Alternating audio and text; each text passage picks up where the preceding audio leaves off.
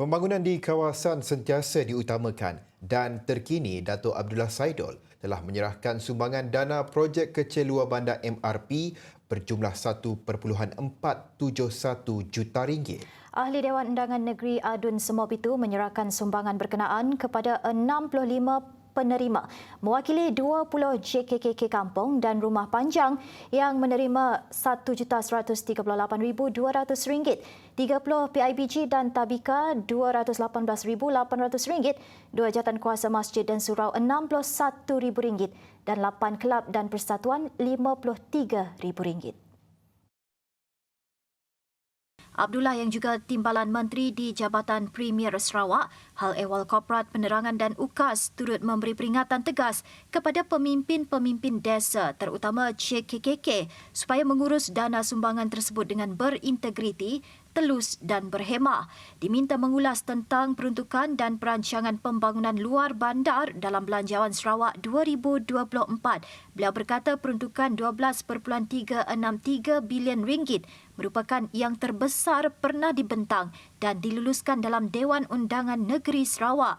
Dari jumlah RM7.8 bilion untuk pelaksanaan pelbagai projek pembangunan infrastruktur dan kemudahan awam, hampir 70% adalah khas untuk pembangunan luar bandar. Belanjawan Sarawak yang diluluskan baru-baru ini adalah antara yang terbesar pernah dibentangkan dalam Dewan Undangan Negeri Sarawak, iaitu sebanyak 13 bilion. Dan seperti belanjawan tahun-tahun yang lepas, sebahagian besar peruntukan untuk pembangunan infrastruktur dan kemudahan awam di Sarawak tidak pernah kurang daripada 65% atau sentiasa melebihi 6 bilion. Pembelanjaan adalah untuk masyarakat di kawasan desa dan pedalaman. Dan ini jelas membuktikan kepimpinan kerajaan yang diterajui oleh Premier Abang Jo sentiasa mendahului kesejahteraan warga pedalaman.